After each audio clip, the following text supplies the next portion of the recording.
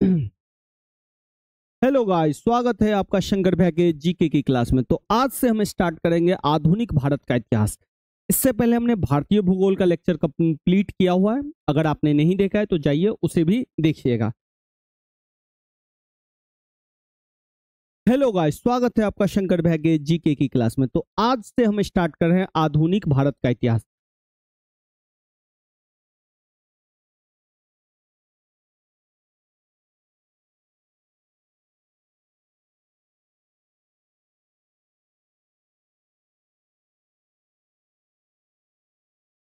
Hello guys, स्वागत है आपका शंकर भैया के जीके की क्लास में। तो आज से हम स्टार्ट कर रहे हैं आधुनिक भारत का इतिहास। इससे पहले हम लोगों ने भारतीय भूगोल को खत्म किया है। अगर आपने नहीं देखा है तो जाइए उसे जरूर देखिए। और आधुनिक भारत के इतिहास से जो आज हम पहला लेक्चर देखेंगे वो है भारत में यूरोपीय कंपनियों का आगमन। याद रखिएगा कि इस चैप्टर से या इस टॉपिक से भर भर के क्वेश्चन पूछे जाते हैं। और ये सिर्फ एसएससी रेलवे के एग्जाम में ही नहीं आते, जो भी स्टेट एग्जाम है, चाहे ये यूपी का कोई भी एग्जाम हो या बिहार का कोई भी एग्जाम हो, मध्य प्रदेश का कोई भी एग्जाम हो, उन सभी एग्जामों में ये क्वेश्चन पूछे जाते हैं। कुछ इस तरीके से क्वेश्चन पूछे जाते हैं। तो चलिए बिना किसी देरी के शुरू करते हैं। देखिए, ये रहा हमारा प्यारा भारत, ये रहा एशिया महाद्वीप, ये रहा यूरोप महाद्वीप। अब इसको समझिए कि देखिए, प्राचीन काल से ही भारत, क्या बोला जाए तो एशिया और यूरोप का व्यापार हमेशा से चलता रहा है। लेकिन 6ठी शताब्दी में अरब में इस्लाम धर्म का उदय होता है और धीरे धीरे इस्लाम धर्म फैलने लगता है। और इसी क्रम में ऑटोमन साम्राज्य, जो इस्लाम धर्म को ही लेके इस्लामी राज ही था एक तरह से, ऑटोमन साम्राज्य इस पूरे जगह कब्जा कर लेता है। और इस तरह से यूरोप और एशिया का जो व्यापार था वो बाधित हो जाता है, यानी कि बंद हो जाता है। और इसी में एक इंपॉर्टेंट घटना घटती है 1453 में। यहाँ पे कुस्तुतुनिया होता है। कुस्तुतुनिया पे ऑटोमन साम्राज्य का कब्जा हो जाता है और पूरा यूरोप और एशिया का जो व्यापार है वो बाधित हो जाता है। हम जानते हैं कि यूरोप ठंडा प्रदेश है और ठंडा प्रदेश को हमेशा एशिया, मेन भारत और चाइना के साथ इसका व्यापार हमेशा से चलता रहा है। और ये जो व्यापार जो चलता रहा है ना, वो सिल्क रूट से चलता रहा है, जिसको हम रेशम मार्ग भी कहते हैं। लेकिन ऑटोमन साम्राज्य जैसे ही यहाँ पे कब्जा करके बैठ गया, ये सिल्क रूट ही टूट गया और यूरोपीय व्यापारियों को हमेशा से एशिया का सामान हमेशा से चाहिए। तो यूरोपीय व्यापारी जो डायरेक्ट एशिया, भारत और चीन से जो सामान मंगाते थे, अब बीच में एक ऑटोमन साम्राज्य बैठ गया और इनको इनके हिसाब से सामान लेना पड़ता था। और यहीं से शुरू हुआ यूरोप का भारत और चीन का खोजने का कार्यक्रम। देखिए, जब जिस समय में यह घटना घटी तब तक विश्व को पता चल गया था कि विश्व जो है ना वो गोल है, यानी कि जो पृथ्वी है वो क्या है, गोल है। तो यूरोपीय खोजकर्ताओं को पता था कि पृथ्वी जब गोल है तो हम इधर की ओर भी जाएंगे तो हम इधर की ओर पहुंच ही जाएंगे, यानी कि हमें जाना है पूरब। अगर हम पश्चिम की दिशा में भी जाएं यूरोप के हिसाब से देखिएगा तो देखिए, मैप है ना, हमेशा डायरेक्शन ऐसे होता है, ये ईस्ट हो गया, ये वेस्ट हो गया।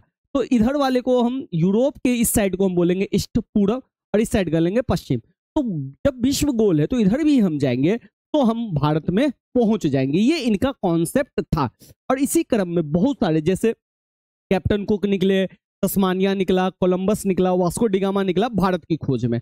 और ये इन लोगों ने इन देशों का खोज की। ऐसे गलत है ये कि इन देशों की खोज की, सही टर्मिनोलॉजी ये रहेगा कि इन देशों की सामुद्रिक मार्ग की खोज की। इसी क्रम में कोलंबस जो है भारत को खोजता खोजता नई दुनिया यानी कि अमेरिका में पहुंच जाता है। अब ये अमेरिका को ना उस टाइम में नई दुनिया कहा गया। क्यों कहा गया कि ध्यान से देखिए, यूरोप, एशिया और अफ्रीका, ये तीनों जो है ना आपस में जुड़े हुए हैं। लेकिन अमेरिका, उत्तरी अमेरिका और दक्षिणी अमेरिका जो है वो पूरा विश्व से कटा हुआ है। तो इन लोगों को लगा ये नई दुनिया है। कोलंबस जब मरा भी तब तक उसको, कोलंबस जब तक जिंदा था उसको लगा कि मैं भारत का खोज कर चुका हूं। लेकिन मरते दम तक उसे ये नहीं पता चला कि जिस जगह पे वो पहुंचा है वो एक नई दुनिया है, अमेरिका है, न कि भारत।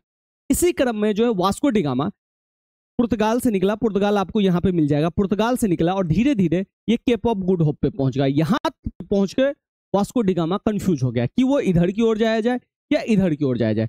तब यहाँ से एक व्यापारी, जो भारत का एक व्यापारी था, अब्दुल माजिद, जो अफ्रीका में बराबर व्यापार करने के लिए आता था, ये वास्को डिगामा की मदद करता है और वास्को डिगामा अब्दुल माजिद की सहायता से भारत पहुंच जाता है। तो पहला जो व्यापारी था वो कौन था? Vasco D gamma. या बोला जाए पहला यूरोपीय या पहला कोई बाहरी, वो कौन था? Vasco D gamma. कहाँ का था? पुर्तगाल का था।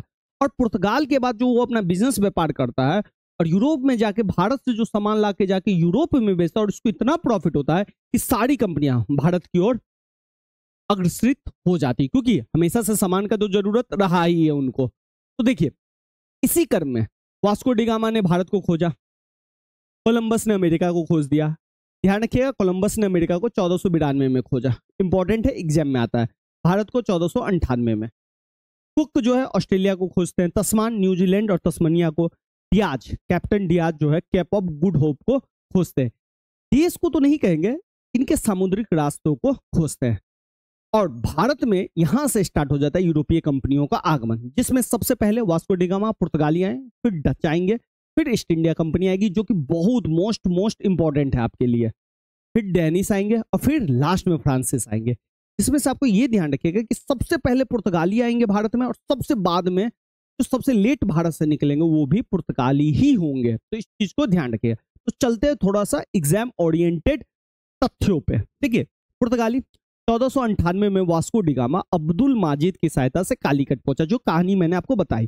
कालीकट जो पहुंचा, तो कालीकट यहाँ पे, वहां पे जमोरिन ने उसका स्वागत किया। जमोरिन कौन था भैया? तो कालीकट का शासक था। ठीक है, जमोरिन के साथ वो व्यापार करता है, और व्यापार करके जमोरिन से मसाले उसाले खरीद के वो यूरोप जाता है, यूरोप में बेचता है। और यूरोप में जो मसाले बेचता है उसको यहाँ पे 60 गुना अधिक मुनाफा होता है। और यहाँ से पुर्तगाली कंपनी इस्तादो द इंडिया कंपनी की स्थापना करती है। इस्तादो द इंडिया का मतलब होता है ईस्ट की ओर जो व्यापार होगा वो ये कंपनी करेगी। ठीक है, और पुर्तगाली कंपनी पहली फैक्ट्री जो खोलती है कालीकट में खोलती है, और कालीकट में जो फैक्ट्री खोलती है उसको जमोरिन जो है बंद करवा देता है, और बाद में अपनी जो व्यापारी कोठी है वो कोच्चिन में खोलती है। तो कालीकट में खोलता है जिसको जमोरिन बंद कर देता है, फिर व्यापारी कोठी कोच्चि में खोलता है। कई बार क्वेश्चन आया हुआ है, ध्यान रखिएगा बच्चा पार्टी। इसी में पुर्तगाली जब बिजनेस व्यापार करते हैं तो अपने एक मेन व्यक्ति जिसको वो वाइसराय कहते हैं, तो 3 वाइसराय को वो भेजते हैं। ऐसा नहीं है कि 3 वाइसराय को एक साथ भेजते हैं, वाइसराय बहुत आते हैं, लेकिन 3 वाइसराय इसके बहुत ही इंपॉर्टेंट है। ठीक है, सबसे पहले तो ये याद रखिएगा क्योंकि एग्जाम में आ जाता है कि भाई पहला वाइसराय कौन था? तो अल्मीडा। ठीक है, फ्रांसिस्को डी अल्मीडा, जो 1505 में से 1509 तक भारत में रहा। तो पहला वाइसराय इसलिए इंपॉर्टेंट है। मोस्ट इंपॉर्टेंट है अल्फांसो डी अल्बुक्र और नीनो डी कुन्हा। इनसे क्वेश्चन बराबर आता है, ऐसे तीनों से क्वेश्चन आता है, इसलिए मैंने तीनों। भाई फ्रांसिस्को डी अल्मीडा के बारे में क्या याद रखना है? पहला पुर्तगाली वाइसराय था ये। ब्लू वाटर पॉलिसी या शांत जल की नीति को फ्रांसिस्को डी अल्मीडा ने शुरू किया था। अल्बुक्र ने क्या किया था? ये दूसरा वाइसराय था। इन्होंने फ्रांसिस्को डी अल्मीडा ने जो ब्लू वाटर पॉलिसी का जो शुरुआत किया था उसको अल्बुक्र ने बंद करवा दिया। ठीक है, और इसका जो सबसे बड़ा कंट्रीब्यूशन है, इसने ना पुर्तगाली साम्राज्य की नींव रख दी। कैसे रख दी? 1510 में उसने बीजापुर के शासक के साथ या बीजापुर के साथ युद्ध किया, और आदिल शाह जो बीजापुर का शासक था उससे गोवा छीन लिया, और गोवा छीनने के बाद पहला उसके पास जगह बन गया गोवा, और यहीं से पुर्तगाली साम्राज्य की नींव बन गई। तो अल्फांसो डी अल्बुक्र ही ऐसा था जिन्होंने पुर्तगाली साम्राज्य की नींव रख दी। इससे पहले क्या हो रहा था? सिर्फ बिजनेस कर रहा था, यहाँ पे फैक्ट्री थी, ये बिजनेस करता था, आता था। अब इसका अपना साम्राज्य हो गया, यानी कि अपना उसका लैंड हो गया। तो 1510 में, और ये क्वेश्चन कई बार एग्जाम में आया हुआ है। ठीक है, अब आते हैं भाई नीनो डी कुन्हा। सबसे पहले ये अल्बुक्र के बाद दूसरा इंपॉर्टेंट वाइसराय है। 1530 में उन्होंने क्या किया? कोच्चि की जगह गोवा को पुर्तगालियों की राजधानी बनाया, जो गोवा को अल्बुक्र ने आदिल शाह से 1510 में युद्ध करके छीना था। ठीक है, नीनो डी कुन्हा और भी 2 जगहों को अपने साम्राज्य में ऐड करता है। गुजरात के शासक बहादुर शाह से वो मुलाकात करता है और जहाज पर ही बहादुर शाह को मार देता है, और बसीन और द्वीप पर वो अपना अधिकार कम कर लेता है। ठीक है, तो अल्बुक्र ने पुर्तगाली साम्राज्य की नींव रखी और नीनो डी कुन्हा ने उस नींव को बढ़ाया और उसे और भी मजबूत कर दिया। अब आते हैं भैया कुछ अन्य तथ्य देख लेते हैं जो एग्जाम में आता ही आता है। सबसे पहले पुर्तगालियों ने कार्तेज पद्धति लागू की। कार्तेज पद्धति क्या था? जैसे देखिए भारत का इस तरफ है ना समुद्र है, इस तरफ समुद्र है, तो इन्होंने ना एक वाटर साम्राज्य बनाया कि भाई समुद्र में अगर इस इलाके में आप आइएगा तो पुर्तगालियों को आपको पैसा देना पड़ेगा कार्तेज पद्धति के तहत। ठीक है, इतना बड़ा इसका व्यापार था, साम्राज्य था समुद्र में, कि अकबर जो भारत का या मुगल का महान शासकों में गिनती आता है, वो भी कारतेज स्वीकार कर लेता है कि समुद्र में व्यापार करेंगे, इधर उधर जाएंगे तो पुर्तगालियों को पैसा देंगे। ठीक है, भारत में जो आप देखते हैं तंबाकू, खैनी, ये पुर्तगाली अमेजन नदी से लेके आए। ठीक है, आलू, ये भी पुर्तगाली लेके आए, जो आलू देखिए सबका फेवरेट होता है आलू। टमाटर, ये भी पुर्तगाली लेके आए। जहाज का निर्माण हो, प्रिंटिंग प्रेस की शुरुआत हो, वो सभी जो है ना पुर्तगाली ही भारत लेके आए। यानी कि ये अगर पुर्तगाली नहीं आते तो ये सब चीज आपको मिलता ही नहीं। ठीक है, भवन निर्माण में देखिए, भवन निर्माण में आपने प्राचीन भारत में पढ़ा होगा कि द्रविड़ निर्माण है, बेशर निर्माण है। ठीक है, तो भवन निर्माण की जो गौथिक कला है, जो आपको गोवा में सबसे ज्यादा देखने को मिलती है, वो पुर्तगाल ही लेके आए। ठीक है, 1632 में क्या हुआ, शाहजहां, मुगल सम्राट है ये शाहजहां, मुगलों के बारे में कभी पढ़ेंगे तो हम आपको बताएंगे।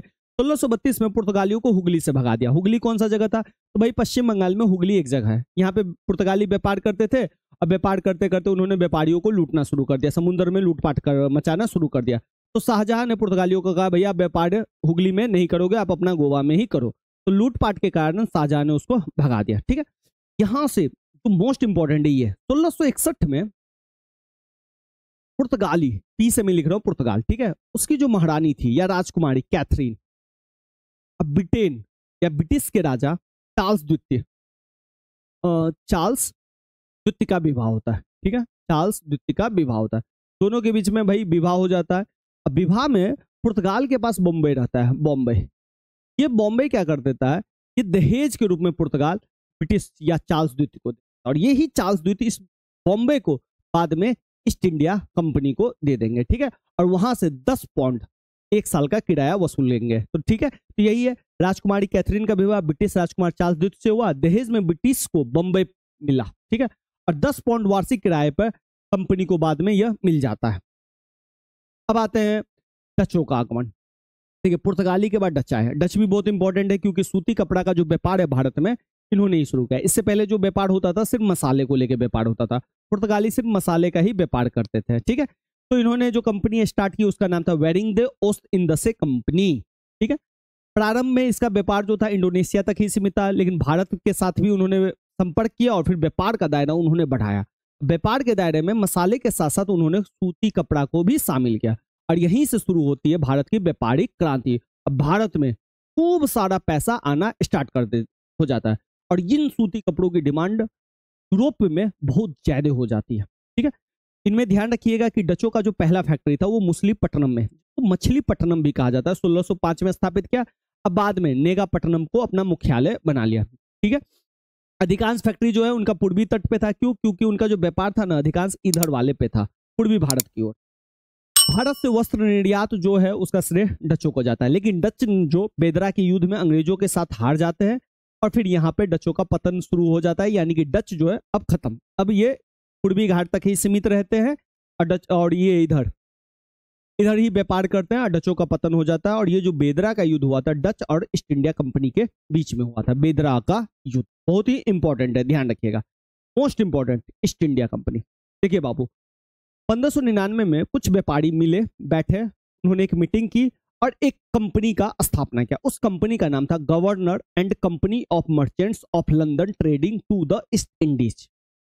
इन लोगों ने द ईस्ट इंडिया कंपनी का फुल फॉर्म ये रहा, ध्यान रखिएगा, इसकी स्थापना की। और फिर बाद में महारानी एलिजाबेथ जो ब्रिटिश की महारानी थी, उनसे 15 वर्षों के लिए एक चार्टर यानी रॉयल चार्टर ले लिया कंपनी ने कि यूरोप, अगर मान लीजिए ये है यूरोप, तो यूरोप के ईस्ट में आप देखिएगा ना तो भारत पड़ता है, यानी कि ईस्ट में जो भी व्यापार होगा यही कंपनी लेगी, यही कंपनी करेगी। ये 15 वर्षों के लिए कंपनी को एलिजाबेथ ने रॉयल चार्टर प्रदान किया कि पूर्वी देशों के साथ यही व्यापार करेगी, और ब्रिटेन का कोई भी देश जो है इसके साथ व्यापार नहीं करेगा। ठीक है, फिर एलिजाबेथ ने 15 वर्षों के लिए दिया था। 1609 में जेम्स प्रथम जो था उसको अनिश्चितकालीन व्यापारिक अधिकार दे दिया, यानी कि 15 वर्ष से अब अनिश्चितकालीन, भाई जितना टाइम तक करना है करिए, कोई दिक्कत नहीं है। ठीक है, व्यापार का अधिकार तो भाई 15 साल के लिए मिल गया था, फिर बाद में अनिश्चित काल के लिए मिल गया। तो जो ब्रिटिश ईस्ट इंडिया कंपनी में जो तो कैप्टन हॉकिंस जो था वो जहांगीर के दरबार में गया, इसलिए तो फैक्ट्री खोलने के लिए कि भैया हमको बिजनेस करने दीजिए, हमें आपके साम्राज्य के साथ या आपके देश के साथ हमें बिजनेस करना है। और जहांगीर जो है उसे ऑर्डर दे देता है कि भैया आप गुजरात वाले या पश्चिम दिशा की ओर से व्यापार कर सकते हैं। और इसी क्रम में 1608 में सूरत में ये पहली फैक्ट्री खोलते हैं। ठीक है, हॉकिंस जो था इसके बारे में ध्यान रखिएगा, फारसी का जानकार भी था और प्रथम ब्रिटिश व्यापारिक जहाज जो भारत आया था उसका भी कप्तान था।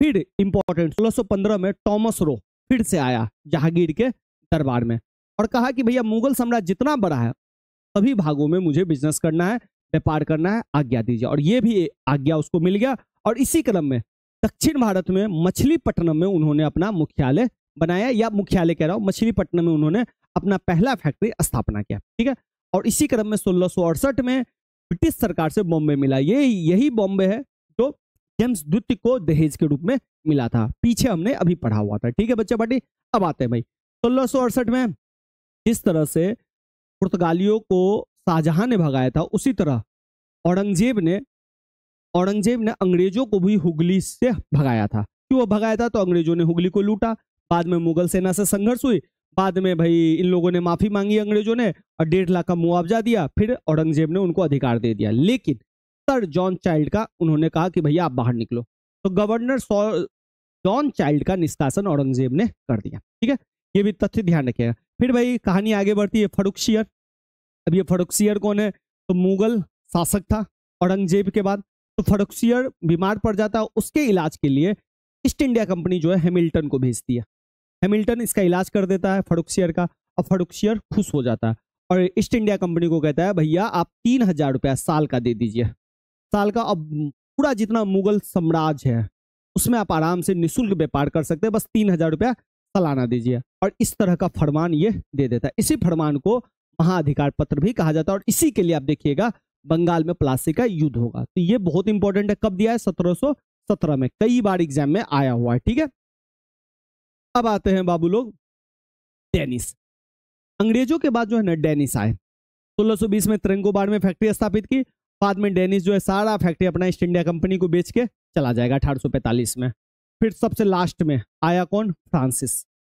1664 में लुई 14वां जो फ्रांस का बहुत मशहूर शासक था या महान शासक था, उसका जो मंत्री था कॉलबर्ट, उन्होंने फ्रेंच ईस्ट इंडिया कंपनी की स्थापना की। ठीक है, 1668 में फ्रैंकिस केरो द्वारा सूरत में पहली फैक्ट्री की भी स्थापना की गई। और 1673 में बंगाल के नवाब शाइस्ता खान ने फ्रांसीसियों को एक जगह किराए पे दी और वहां पे उन्होंने चंद्रनगर का एक प्रसिद्ध कोठी का निर्माण किया। तो इस तथ्य को भी ध्यान रखिएगा। और बाद में ईस्ट इंडिया कंपनी और फ्रांसीसियों के बीच में बहुत ज्यादा प्रतिस्पर्धा हो जाएगी और इसी के चक्कर में विश्व में जो युद्ध तो इन दोनों देशों के साथ होगा ही होगा, भारत के अंदर भी इन दो कंपनियां आपस में युद्ध करेगी। ठीक है, अच्छा यूरोपीय कंपनियों का आगमन थोड़ा ध्यान रखिएगा। पुर्तगाली पहले आए, फिर डच आए, फिर ब्रिटिश आए, फिर डेनिस आए, फिर फ्रांसिस आए, जिसमें से याद रखिएगा सबसे शुरू ये आए 1498 में, सबसे लास्ट 1961 में यही गए। ठीक है, ये भी थोड़ा सा ध्यान रखिएगा। कुछ शहरों के संस्थापक, कलकत्ता की जो स्थापना है वो चॉर्नॉक ने की, मद्रास का फ्रांसिस डे ने, नई दिल्ली का लुटियंस और बेकर ने, और बॉम्बे का अंगियार ने। याद रखिएगा बच्चा पार्टी, क्योंकि एग्जाम में बराबर इन तथ्यों से क्वेश्चन पूछे जाते हैं।